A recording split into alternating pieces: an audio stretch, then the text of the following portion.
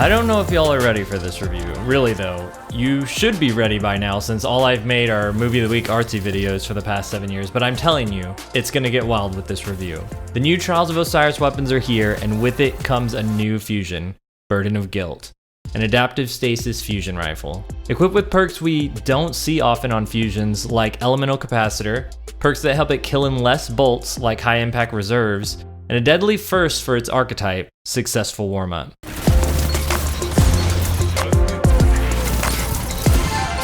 The Adept version isn't even here yet, and there is already word on the street that this thing isn't worth your time. Spoiler, I'm here to change your mind on that.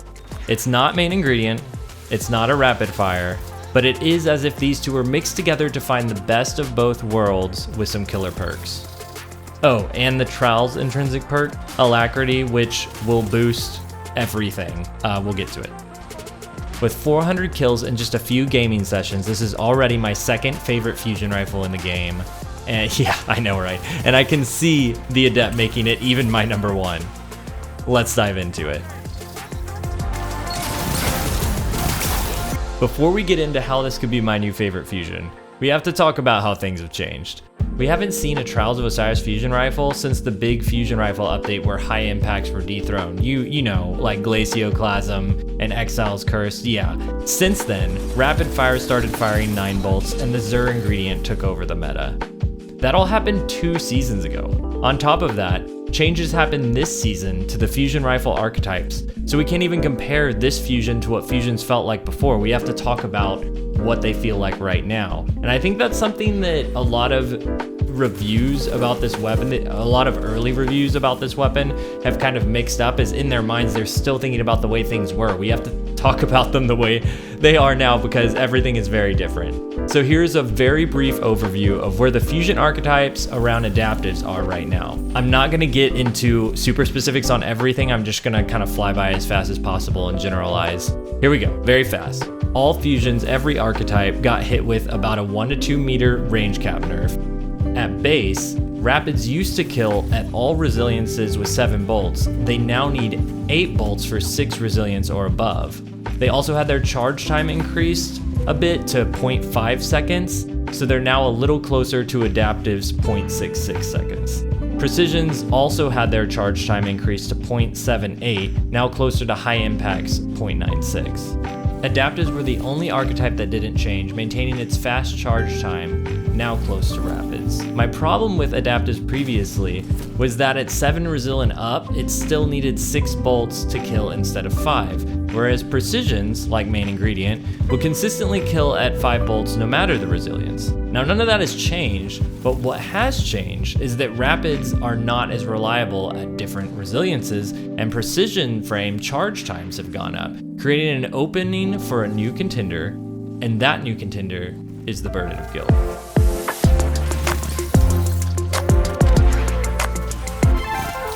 This fusion has some solid base stats for an adaptive. There's nothing standout, but nothing necessarily bad either. And this can feel bad at first glance, middle of the road with 15 zoom, 41 range, 39 stability, 51 aim assist, especially when you look at standouts with something like Timeline's Vertex that's an adaptive that can get 21 zoom with the right scope. Or then you've got Cartesian in the rapid fire frames that get 60 aim assist on a rapid fire. The average person without even looking at the stats will go to the perk pool and see there's no accuracy or aim assist perks either, like Under Pressure, Firmly Planted, or Tap the Trigger, all the ones you're used to seeing on a great fusion rifle. And so they'll just be done with it right then and there. It has none of the good perks. No accuracy perks. So I'm really selling you on this fusion, aren't I? Okay, let me back up. This is a Trials fusion. And let's stack some things up on what it does have, because I think these stats are a solid baseline for a reason. I'm using light.gg to get some of the visualizations for this video. Shout out to them and use that website, it's incredible.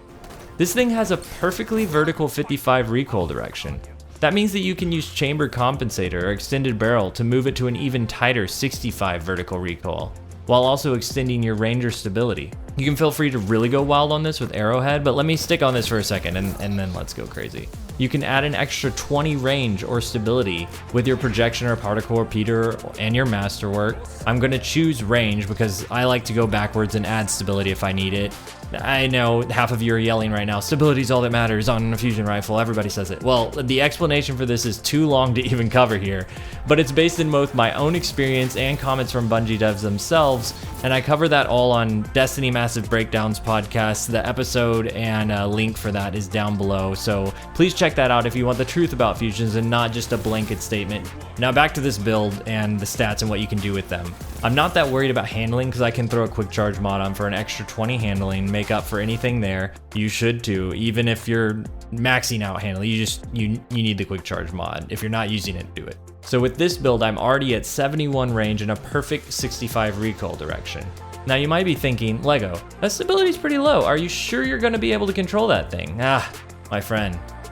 Let's take a look at these perks, shall we? Yes, we've got Perpetual that could add 5 to 15 stability, but we've got something you don't see on Fusion much.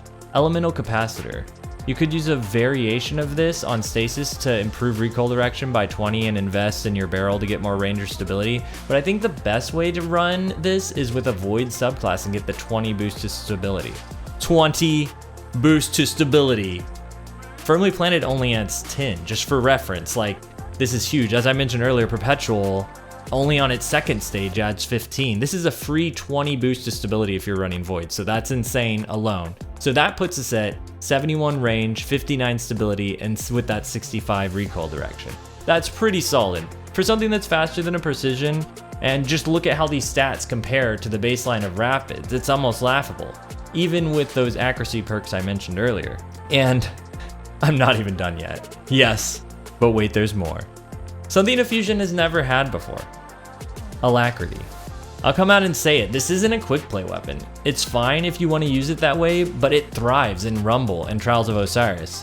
When you're the only player on your fire team, you get a massive plus 10 range, plus 20 stability, plus 10 aim assist, and plus 20 reload. Yes, this works in Rumble, and yes, it activates in Trials of Osiris, and if you have it on other weapons, it activates on those too when you swap between them. It's an incredible perk. So now, while you're playing Rumble, or you're in a 1v1 or 2 or 3 or whatever in Trials, you're at a whopping 81 range, 79 stability, 65 recoil direction with 62 aim assist. You think I'm done yet? This isn't even the final form.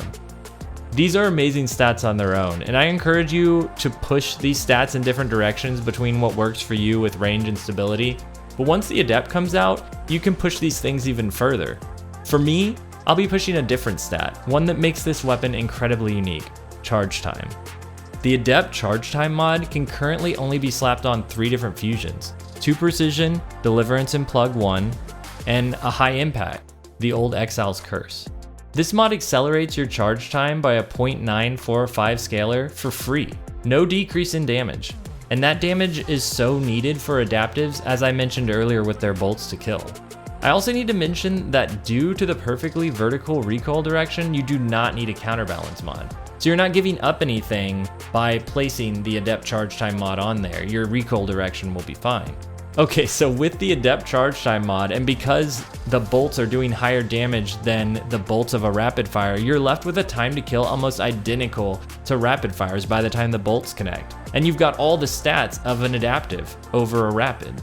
With all this, we've just been utilizing the perk in the first column with Elemental Capacitor. I'll come out and say it, there may be other options for this: well-rounded, Killing Wind if you don't use a Void or Stasis subclass.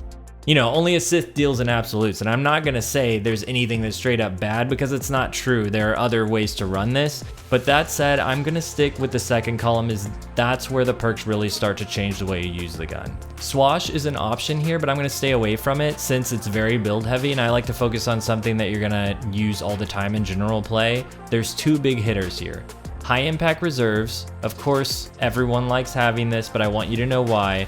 It solves the bolts to kill dilemma from the beginning of the video. You're now killing at 5 bolts above 6 resil, and it becomes a much more reliable weapon. Especially at range where you just barely miss one of your bolts, so you end up hitting stuff at a lot further, and it feels just so much more comfortable and consistent with this perk. This is why I thought this is the perk I would be leaning heavily into, because it fixed my main concern with adaptives. But after playing around with it for a while, I realized that maybe there is another option. Successful warm-up. As I was playing with my high impact reserves role, I realized that I was losing a lot of fights that I used to win on my rapid. I just didn't have time to charge and fire up the rifle for follow-up kills. Turns out this was the real problem I had. I hardly ever saw moments where I left an enemy alive because of the bolts to kill without having high impact reserves. Usually if I was hitting my shots, I was hitting my shots. So instead, using successful warm-up, I've been gifted with glorious double kills. I had no doubt that successful warm-up would be good, but I was surprised at just how good it was on something other than a rapid. Then when I pulled up the math thanks to Destiny Massive Breakdown spreadsheet, I realized that all things being equal, rapids and adaptives with successful warm-up could actually kill in the same amount of time by the time the bolts connected. This wasn't even the Adept, so we have even a faster time to kill once we get the charge time masterwork. So in conclusion, this is why I think it could become my #1 go-to fusion rifle. The solid base stats that can be stacked to great base stats, that can be stacked with alacrity for insane base stats, that will be made adept to either let you push the stats further or reach the kill potential of rapid frames. I had my hesitations, but I'm blown away. I'm all in. I can see why people are turned off by it coming from previous seasons where they haven't picked up a fusion rifle in a while or they're just not a fusion rifle person. I can see why they're turned off if they're used to the concrete 5-bolt consistency of precision frames like Deliverance, Main Ingredient, or Plug 1. Or being used to Cartesian's recoil pattern and the speed despite the nerf and consistency. I don't see everyone using this. Main Ingredient has a hold on people, and I want to be clear that the recoil is not as easy as that. I can also see people sticking to their 21 zoom Timeline's Vertex. That's a great option. The Burden doesn't have that zoom, and it'll max out at under 20 meters. But for me, speed is so key for winning your 1s, and it's even more key for winning your 2s. So this fusion, I think it's for me.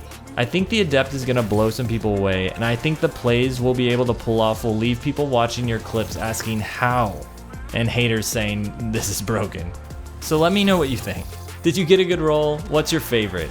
What other fusions is working for you this season? I'd love to hear in the comments. Thanks for stopping by, and as I mentioned in the beginning, I usually stick to artsy stuff, but I'm trying to stretch myself and make some actual helpful Destiny content. I love getting people hyped for the game with the montages, but I feel like I've got a lot to say too, and I'm not a current member on any podcasts, and so I kind of needed a place to vent.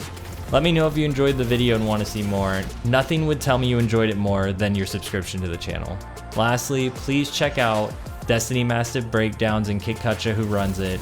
Both the podcast and the spreadsheet are just super helpful. Check out the episode we did on fusions a while back. It's a great place to start if you enjoyed this video. And also check out LightGG, whose site I used to get a lot of the perk visualizations for this video. And with that, thanks so much for joining me. Until next time, GG.